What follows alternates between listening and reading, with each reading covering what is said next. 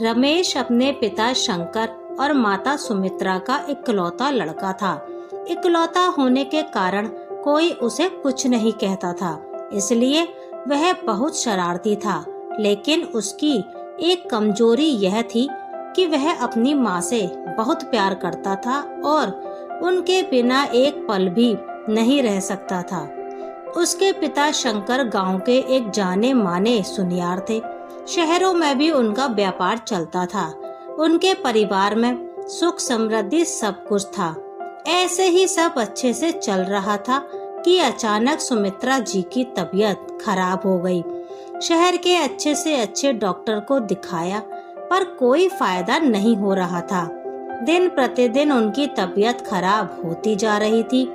जब उन्हें लगने लगा कि अब उनका बचना संभव नहीं है, तो उन्होंने अपने पति को अपने पास बुलाया और उन्हें कहा कि अब मेरे जाने का समय आ गया है। इस पर शंकर जी ने कहा, कुछ नहीं होगा तुम्हें, तुम ये सब बातें अपने दिमाग से निकाल दो, बहुत जल्दी तुम ठीक हो जाओगी। सुमित्रा जी, आखिर कब तक आप मुझे और खुद को झूठा दिलासा देते रहेंगे? सुमित्रा जी की यह बात सुनकर शंकर जी कुछ नहीं बोले, बस उनकी आंखों के आंसू ही सब कुछ बता रहे थे। सुमित्रा जी ने चुप्पी तोड़ते हुए कहा, आपको पता है ना कि रमेश मेरे बिना एक पल भी नहीं रह सकता, इसलिए मैं चाहती हूँ कि जब मेरी मृत्यु हो तो वो यहाँ ना हो। अगर उसको ये सब पता चल गया तो वो इस सदमे को बर्दाश्त नहीं कर पाएगा। मैं नहीं चाहती कि मेरा बेटा मेरे कारण दुख सहे। शंकर जी, पर ये कैसे संभव है? सुमित्रा जी, उसकी चिंता आप मत कीजिए। मैंने सोच लिया है कि ये कैसे होगा। मैं जानती हूँ कि मुझसे बदनसीब माँ कोई नहीं होगी, जिसको अपने अंतिम यात्रा में भी अपने बेटे का कंधा नसीब ना हो। शंकर जी रोते हुए, पर तुम करोगी क्या? सुमित्रा जी, बस आज जब वो घर आएगा तब आप किसी नौकर के हाथों कोई चीज तुड़वा देना और उसका सारा नाम मैं रमेश पर डाल दूंगी और उससे गुस्सा होकर खुद को एक कमरे में बंद कर लूंगी और दोबारा कभी भी उसके सामने नहीं आऊंगी। जब मेरी आत्मा अपना शरीर त्याग दे तो रमेश को कहीं भेज देना और उसे पता मत लगने देना कि मैं इस दुनिया में नहीं रही। ये सब बोलकर सुमित्रा जी ने अपने पति को एक टेप रिकॉर्डर दिया और कहा, मैंने इसमें अपनी आवाज में कुछ बातें रिकॉर्ड कर दी हैं। जब भी रमेश ज्यादा टूटने लगे तो आप उस कमरे में से ये रिकॉर्डर चलाकर उसे मेरी आवाज सुना देना। शंकर जी को भी यह बात अच्छे से पता थी कि उनकी पत्नी के पास अब ज्यादा समय नहीं है। वह अपनी पत्नी के साथ साथ अपने बेटे को नहीं खोना चाहते थे, इसलिए वो मान गए और सबको भी समझा दिया।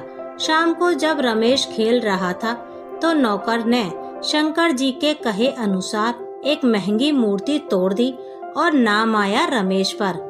सुमित्रा जी ने भी अपने प्लान के अनुसार रमेश को बहुत डांटा और कहा, रमेश, तुम दिन प्रतिदिन बहुत शरारती होते जा रहे हो।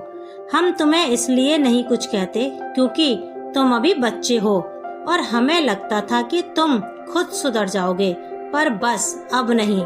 अब मैं तुम्हें तब तक अपनी शक्ल नहीं दिखाऊंगी जब तक तुम सुधर नहीं जाते और पढ़ लिख कर एक बड़े आदमी नहीं बन जाते।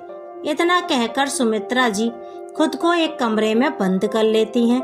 उनके ऐसा करने पर रमेश बहुत रोता है और दरवाजा पीटता हुआ कहता है, माँ प्लीज बाहर आ जाओ, देखो मैंने अपने कान भी पकड़ लिए। आज के बाद मैं कभी कोई शरारत नहीं करूँगा। प्लीज माँ, आखिरी बार माफ कर दो। सुमित्रा जी, अगर तुम अब मुझे इस कमरे से बाहर लाना चाहते हो तो जैसा मैंने कहा है वैसा ही करो। रमेश वहीं बैठा रोता रोता सो जाता है और अंदर सुमित्रा जी रोते हुए खुद से कहती हैं, मुझे माफ कर दे मेरे बच्चे, पर ये सब मैं इसलिए कर रही हूँ ताकि तू मुझे देखने की उम्मीद में मेहनत करे और एक सफल इंसान बन जाए। अगले दिन सुबह शंकर जी रमेश को उठाते हैं और कहते हैं, बेटा तुम ऐसे हिम्मत नहीं हार सकते। तुम्हें पता है ना कि तुम्हारी माँ ने क्या कहा है। तो चलो उठो और एक सफल इंसान बनने की तरफ अपने कदम बढ़ाओ ताकि तुम्हारी माँ को खुशी मिल सके। रमेश, जी पिताजी, अब मैं बहुत मेहनत करूँगा और जल्दी से एक सफल इंसान बनकर अपनी माँ को इस कमरे से बाहर लेकर आऊँगा।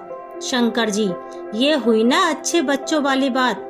मैंने तुम्हारा दाखिला पास ही के शहर के एक स्कूल में करवा दिया है। चलो अब जल्दी से उठकर तैयार हो जाओ, हमें आज ही वहाँ जाना है ताकि जल्दी से तुम्हारी माँ का सपना पूरा हो सके। रमेश अपने पिता की बात मान लेता है और जल्दी से तैयार होकर आता है और जाने से पहले अपनी माँ के कमरे के बाहर आकर कहता है, माँ मैं शहर जा रहा हूँ पढ़ने के लिए। अब देखना मैं जल्दी से एक सफल इंसान बनकर आऊँगा। मुझे आशीर्वाद दो माँ। अंदर से सुमित्रा जी की आवाज आती है, मेरा आशीर्वाद तो हमेशा तुम्हारे साथ है बेटा। फिर रमेश अपनी माँ से विदा लेकर शहर पढ़ने के लिए चला जाता है। उसके जाने के कुछ दिन बाद ही सुमित्रा जी की मृत्यु हो जाती है, पर यह बात रमेश से छुपाई जाती है। उधर रमेश भी अपनी माँ को जल्दी देखने की आशा में दिन रात मेहनत करता है। वो कभी कभी ही अपने घर आता और दरवाजे के पास बैठकर अपनी माँ को सारी बातें बताता रहता। शंकर जी भी सुमित्रा जी के कहे अनुसार कमरे में टेप रिकॉर्डर चला दिया करते। ऐसे ही समय बीतता गया और रमेश बड़ा हो गया। उसने यूपीएससी की परीक्षा पास कर ली और एक आईएएस अधिकारी बन गया। नौकरी ज्वाइन करते ही वह सबसे पहले अपने घर गया और अपने पिताजी से कहा, पापा अब तो मुझे इस दरवाजे के उस पार जाने दीजिए। अब तो मैंने माँ का सपना भी पूरा कर दिया। शंकर जी उस दरवाजे को खोलते हैं और रमेश को अपने साथ अंदर ले जाते हैं। कमरे में सुमित्रा जी की एक बड़ी सी तस्वीर लगी हुई थी। उस तस्वीर को देखकर ऐसा लगता था कि जैसे सच में जीवित सुमित्रा जी ही खड़ी हों। रमेश ने कमरे में इधर उधर देखा तो वहाँ सुमित्रा जी नहीं थी।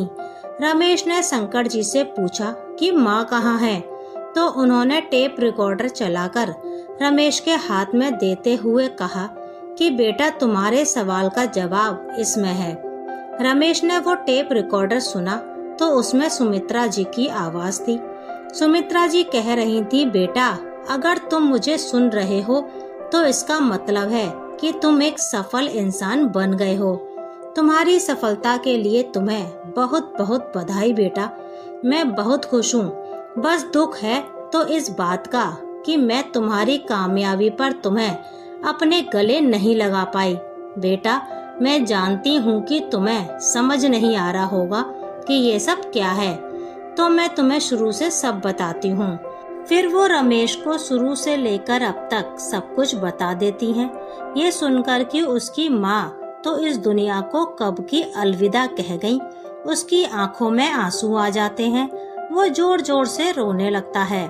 तभी रिकॉर्डर से फिर से आवाज आती है, बेटा मुझे पूरी उम्मीद है कि तुम इस बात को जरूर समझोगे कि मैंने ये सब तुम्हारी भलाई के लिए ही किया है।